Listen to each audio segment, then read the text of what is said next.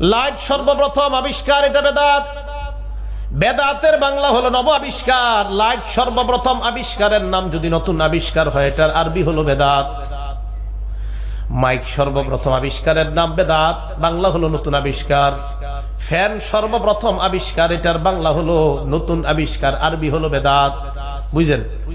আপনাদেরকে মাইকের সামনে বসে অনেকে বুঝাইবে, কচু পানি খাওয়াইবো, বলবে কি ওয়াহাবিরা খালি কয় এটা বেদাত ওইটা বেদাত, তো লাইটও তো বেদাত, ফ্যানও তো বেদাত, এইগুলো আপনাদেরকে টোপ দিবে। তো এই টোপ অগ্রিম আমি বলে যাচ্ছি।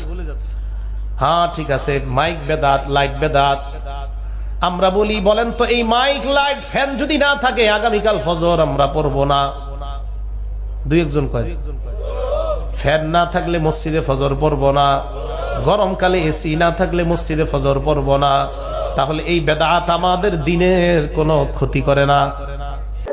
ওনাদের কথা হলো বেদাত শব্দের অর্থ নতুন আবিষ্কার। যেমন এই যে বাতি, এটা নতুন আবিষ্কার। ফ্যান নতুন আবিষ্কার। অনেক কিছু আছে নতুন আবিষ্কার। এখন তাদের কথা হলো এইটা যেহেতু আমাদের দিনের ভিতরে পড়ে না, ধর্মের ভিতরে পড়ে না, সেহেতু এই বেদাত আমাদের কোনো সমস্যা নাই। তাহলে ওনাদেরকে প্রশ্ন করেন কোন বেদাত সমস্যা, ওনারা আপনাকে উত্তর দিবে বেদাত সমস্যা হলো যে আল্লাহর কোরআনে এবং নবীর হাদিসে যেইটার ব্যাপারে সরাসরি বর্ণনা আসেনি, ওই রকম কোনো কিছু ইবাদতের নিয়তে করা বেদাত। তো ওনাদেরকে আপনি প্রশ্ন করেন যে ঠিক আছে কোন জিনিসটা বেদাত, তো ওনারা বলতেছে মিলাদ আপনারা পড়েন, নবীর দুরুদ ও সালামের মিলাদ যে পড়েন এইটা বেদাত। এখন আপনি ওই মাওলানা সাহেবকে জিজ্ঞেস করেন কেন বেদাত? পবিত্র হাদিসের মধ্যে আসছে নবীর উপর দুরুদ পাঠ করতে হবে, সালাম পড়তে হবে, জিকির করতে হবে, এরপরেও কেন বেদাত হবে? এরা আপনাকে উত্তর দিবে বেদাত এই কারণেই এটা একসাথে করতে হবে, এইটা নাকি কোরআন হাদিসের মধ্যে আসে নাই। এটা একটা হাস্যকর বিষয়। এটা একটা কথা কেন, এটা একটা হাস্যকর বিষয়। কেন? এবার এটা বুঝেন।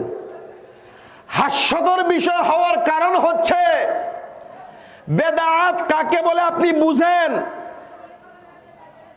বেদাত বলা হয় ওই আবিষ্কারকে। কোন আবিষ্কার? ইসলাম ধর্মের আমল করার জন্য দুইটা পাঠ আছে। একটা পাঠ হচ্ছে ফরজ, ওয়াজিব, সুন্নত।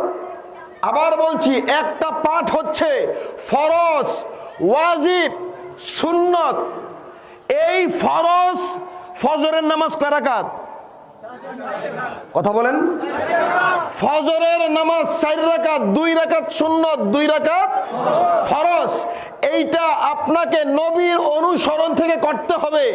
এখানে আপনি কমাইতেও পারবেন না, বাড়াইতেও পারবেন না, কারণ এইটা দিনের খুঁটি। এখানে যদি আপনি কমান বা বাড়ান এইটা হবে বেদাত। এরপরে জোহরের নামাজ নির্দিষ্ট রাকাত হাদিস দ্বারা বর্ণিত হয়েছে, এখানে আপনি কমাইতেও পারবেন না, বাড়াইতেও পারবেন না। কমাইলে বাড়াইলে বেদাত। আসরের নামাজ 4 রাকাত ফরজ, কমাইতেও পারবেন না, বাড়াইতেও পারবেন না। যদি কমান অথবা বাড়ান বেদাত। মাগরিবের নামাজ কমাইতেও পারবেন না, বাড়াইতেও পারবেন না, করলেই বেদাত। এইভাবে ফরজ রোজা 1 মাস রমজানের, ওইটা আপনি কমাইতেও পারবেন না, বাড়াইতেও পারবেন না। যেইভাবে আছে ওইভাবেই করতে হবে, কমাইলে বাড়াইলেই বেদাত। এরপরে ফরজ বন্দিগি হজ, কমাইলে বাড়াইলেই বেদাত। এইভাবে সব বন্দিগি যেগুলা ফরজ, ওয়াজিব, সুন্নত করা হয়েছে। কিন্তু দাদু আপনি কি জানেন ইসলাম ধর্মটা শুধুমাত্র ফরজ, ওয়াজিব, সুন্নতের ভিতরে সীমাবদ্ধ নয়, বরং এর পরে আমার নবী দয়া করে আল্লাহ তার পবিত্র কোরআনের মাধ্যমে আমাদের জন্য দিনকে প্রশস্ত করে দিয়েছেন। আমাদের জন্য দিনকে প্রশস্ত করে দিয়েছেন। সেটা কি প্রশস্ত?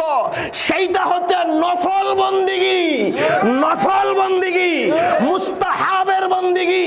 এই মুস্তাহাবের বন্দিগি যেমন আপনি ফরজ বন্দিগির মধ্যে কমাইতেও পারবেন না, বাড়াইতেও পারবেন না। নফল বন্দিগি যত মনে চায়, যতক্ষণ মনে চায় ততক্ষণ করতে পারবেন। সারা রাত আপনি নফল আমল করলে, নামাজ পড়লে আপনি এটা কি আল্লাহর ইবাদতের জন্য করবেন না? ইবাদতের জন্য করবেন। তারপরও আপনাকে বাধা দিয়ে বলতে পারবে না হাদিস শরীফে আসে নাই যে নবী এইভাবে পড়ছে, আপনি কেন করেন? এই কথা আপনাকে এই কারণেই বলতে পারবে না, নফল, এটা মুস্তাহাব, এইটা আল্লাহ প্রশস্ত করে দিছে, যত পারেন ততই করতে পারবেন। এই রকম অনেকগুলো বন্দিগি আছে যেইটার মধ্যে দলিলের খাস করা হয় নাই, এটাকে আম করে দেওয়া হয়েছে, ব্যাপক করে দেওয়া হয়েছে। সেটা কি?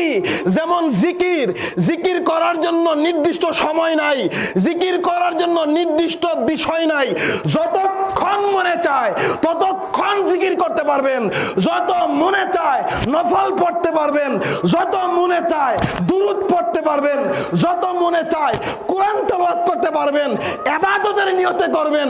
এইটা বেদাত হবে না, এইটা আল্লাহর পক্ষ থেকে সওয়াব আসতেই থাকবে। কথা কি বোঝা গেছে আমার? তার মানে মূল বিষয় হলো ফরজ বন্দিগি, ওইটার মধ্যে যদি আপনি কমান বাড়ান তাইলে বেদাত।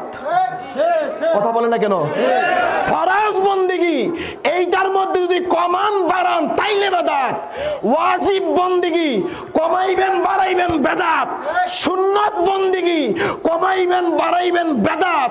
কিন্তু এছাড়া নফল বন্দিগি যেগুলো আছে, যেমন কোরআনের তেলাওয়াত, এরপরে হচ্ছে আপনার জিকির, মিলাদ, দুরুদ, সালাম, এরপরে নফল নামাজ, এই সব কিছু হচ্ছে নফল আমল। এইগুলো আল্লাহকে খুশি করার জন্য করবেন, এইগুলোতে যত করবেন সওয়াব হবে, বেদাত হবে। ওই মৌলবী বেদাতের সংজ্ঞা দিতে যে বলতেছে যে আল্লাহর ইবাদতের জন্য যেটা করবে এই বেদাত। তার মানে বোঝা যায় ওই মৌলবী হচ্ছে কুয়ার ব্যাং। সে মনে করছে তার আত্মাটা যেমন ছোট, তার কলিজাটা যেমন ছোট, তার পজিশনটা যেমন ছোট, তার অবস্থানটা যেমন ছোট, আমার আল্লাহর মদিনাওয়ালার দিনটাও বুঝি তেমন ছোট। মৌলবী না, আল্লাহর দিনকে আল্লাহ প্রশস্ত করে দিয়েছেন। ফরজ বন্দিগির পরে যত মনে চায় করো, যদি করতে পারো আল্লাহর জাতের নিকটবর্তী হয়ে যেতে পারবা। এটা হচ্ছে মূল কথা। তবে ভাই বাবার আমার, এবার আস্তে আস্তে এবার খেয়াল করেন 2 নম্বর বিষয়। তো মাওলানা সাহেবরে জিজ্ঞেস করেন, মাওলানা সাহেব ওই যে আপনি এলেমের কথা বলতেছেন, ও আল্লাহ কইছে কি এর কথা? দুরুদের কথা। কি এর কথা? বাবা কথা বলেন না, কি এর কথা? সবাই বলেন কি এর কথা? আমনেরে ফেস দিব, কি ফেস? কইবা আল্লাহ তো কইছে দুরুদের কথা, সালামের কথা, তাইলে আমনেরা মিলাদ বানাইলেন কে রে? কথা কন না কে মিয়া? আমনেরে ফেস দিব, আল্লাহ তো কইছে দুরুদের কথা, সালামের কথা, জিকিরের কথা, আমনে মিলাদ বানাইলেন কে রে? তাহলে আমনে ওই মোল্লারে ফালডা প্রশ্ন করেন, ও মাওলানা আমনের কাছে জানতে চাই, আল্লাহ ও তার রাসূল কইছে তোমরা এলেম অর্জন করো, এলেম অর্জন করো, আমনেরা মাদ্রাসা বানাইলেন কে রে? কথা কন না কে? আমনেরা মাদ্রাসা কেন বানাইলেন? আপনারা খতমে বুখারী কেন চালু করলেন? আপনারা খতমে মুসলিম কেন চালু করলেন? বলবে এইটা তো এলেম অর্জন করার জন্যই করছি, এলেম অর্জন সহজ হবে, মানুষেরা বুঝতে পারবে। তাহলে আমরাও মৌলবীরা জবাব দিয়া দেন, আল্লাহ যদিও দুরুদ সালামের কথা কইছে, মিলাদটা আমরা এই কারণেই করছি, এইটার মাধ্যমে দুরুদ সালাম বেশি বেশি হয়।